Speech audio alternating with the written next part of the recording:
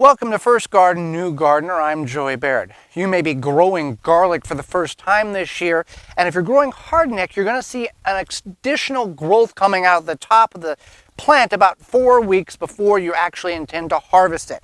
What you have is a garlic scape. This only occurs on hardneck. Softneck garlic, it does not. This is a curlicue additional growth coming out of the plant.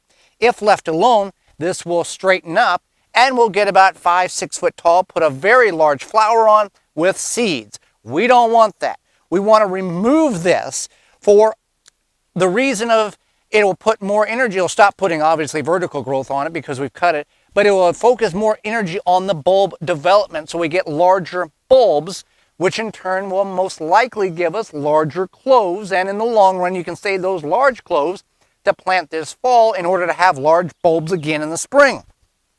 What can be done with this? Well, you can eat it as is, you can fry it, you can grill it, you can turn it into pesto, you can do a lot of different things.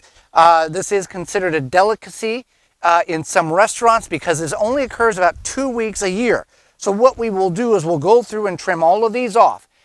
You do not have to, and it's not recommended, to leave the plant in the ground until you're going to harvest it. We want to remove it out of the ground because if we just leave the plant in the ground, you're going to get rain, you're going to get rodents, and the bulb can actually mold and rot in the ground. So when the time comes to harvest the garlic, get it all out of the ground and then go through the curing process so you can keep it. Now you can use it right away, but you can cure it in order to get a long-term storage of about 6 to 8 months on your hardneck, a little longer potentially on your softneck.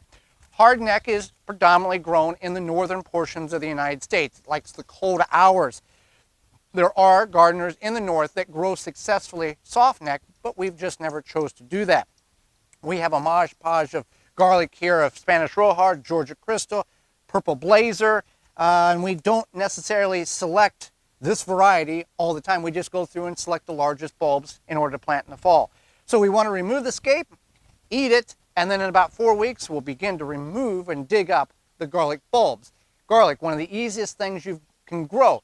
If you are not growing garlic now, check out farmers markets later on in the month or next month in order to get some or heirloom variety so you can plant this fall. Thanks for watching. Join me again next time for more First Garden, New Gardener. For more information, please visit thewisconsinvegetablegardener.com.